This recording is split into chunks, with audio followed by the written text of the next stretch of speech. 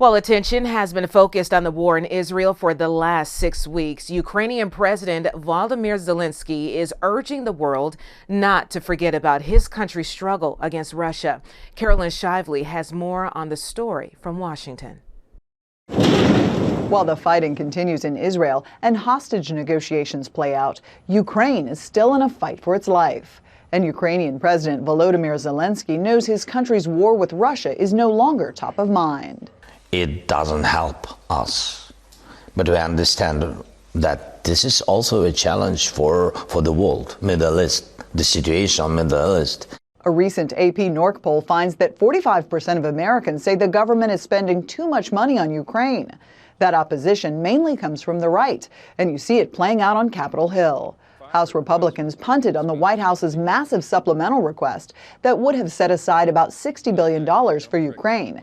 Instead, Congress pushed through a stopgap spending bill without any more aid for the country. He is coming to terms with much more pressure from across the political spectrum in the U.S.